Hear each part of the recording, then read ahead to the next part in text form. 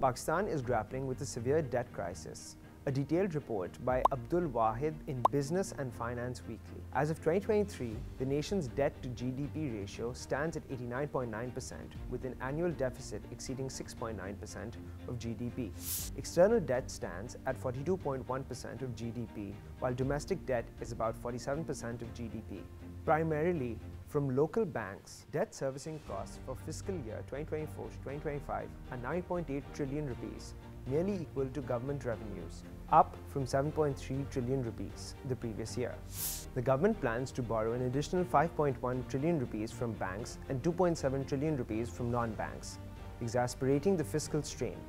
Inflation and the trade deficit, which reached $13.9 billion in 2023 to 2024, are worsening due to rising import costs and climate change impacts, including recent floods. These issues have led to a 40% poverty rate and 38% drop in purchasing power.